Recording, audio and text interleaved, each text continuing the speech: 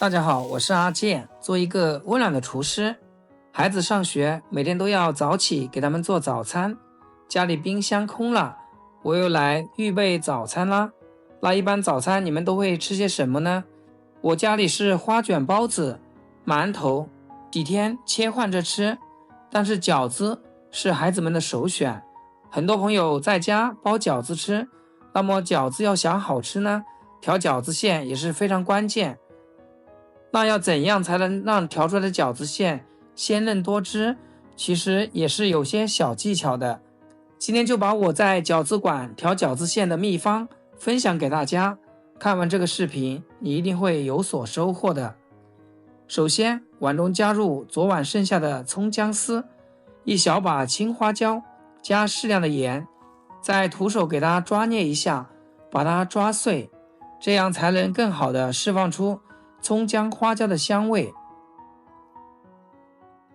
抓出葱姜汁，再倒入300克的开水去泡，用葱姜水来调馅，可以很好的起到去腥增香的效果，而且可以使调出来的肉馅鲜嫩多汁。一般1斤肉馅加入150克的葱姜水就可以，搅拌均匀，放一旁备用。再来准备一根大葱，切成小段，然后对半分开，切成细条。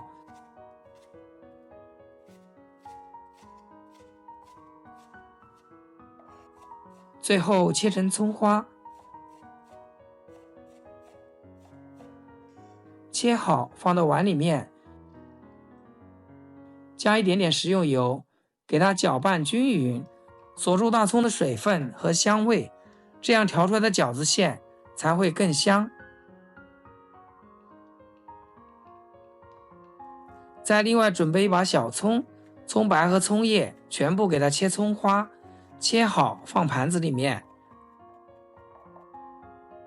一块生姜先切薄片，再切细丝，最后切成姜末，尽量给它切细一点，切好放盘子里面备用。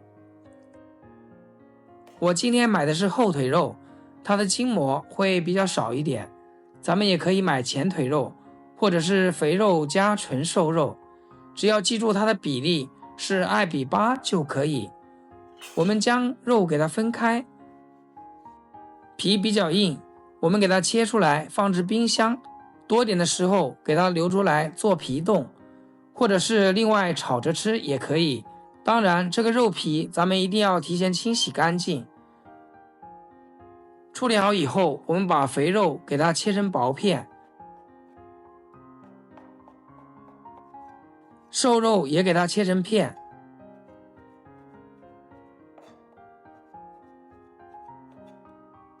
全部切好之后，再用刀给它剁成肉末。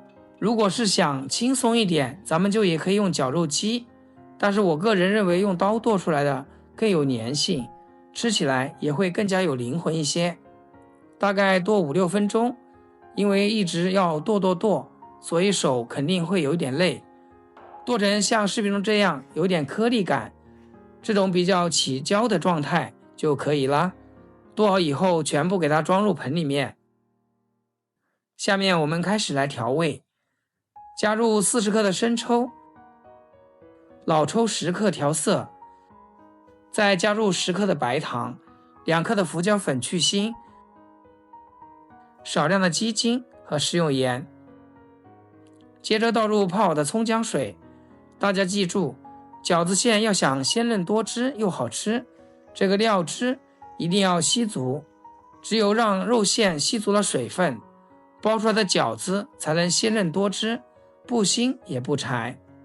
第二就是我们调馅的时候，一定要让肉馅把料汁完全吃透进去，牢牢地锁在肉里面，这样我们在吃的时候才会有汁水，口感才会好。充分搅拌均匀后，再顺着一个方向使劲的搅拌，大概搅拌1分钟左右，盆中的汁水就被肉馅完全吸收啦。这个时候的肉馅还不行，还要继续搅拌。也有很多朋友不知道，肉馅要搅拌到什么程度才算上劲，就是要一直把肉馅搅拌至有拉丝状，而且比较粘手的状态，把它抓起来，在手上不易脱落，就说明上劲啦。这个绞肉的过程大概就是5-6分钟，一直要不停地绞，越绞越吃力，像这种拉丝黏糊糊的状态就 OK 啦。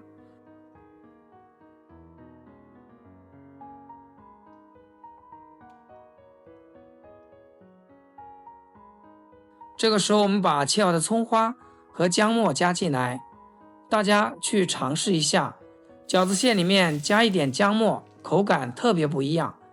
然后淋上刚刚烧好的热油，滋啦一下激发出香味，下手充分的搅拌均匀，用油把肉馅包裹起来，才能锁住肉馅中的水分。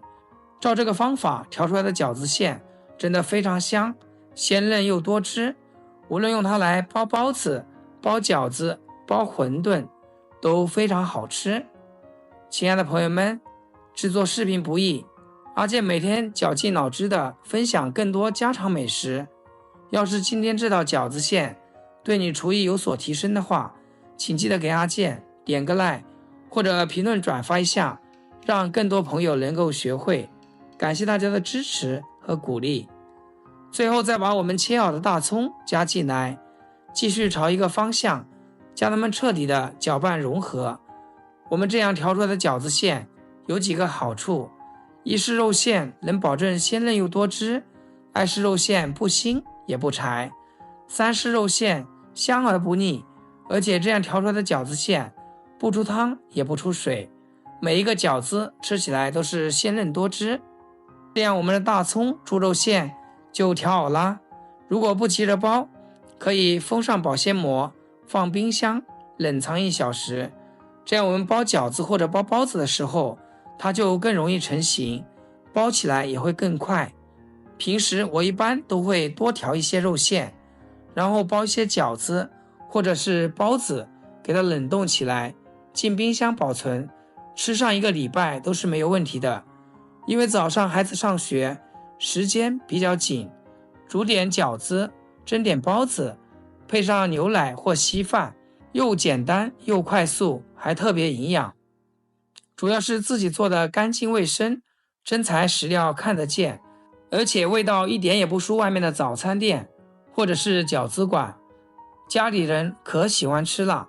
这个肉馅可以用来做水饺、做蒸饺或者做煎饺，不一会儿的功夫，一大盘饺子就包好了。大家学会调肉馅，学会包饺子，不论是平时或者是过年过节，家里来客都可以派上用场。香喷喷的饺子出锅啦！饺子最好是趁热吃，鲜香味美又多汁。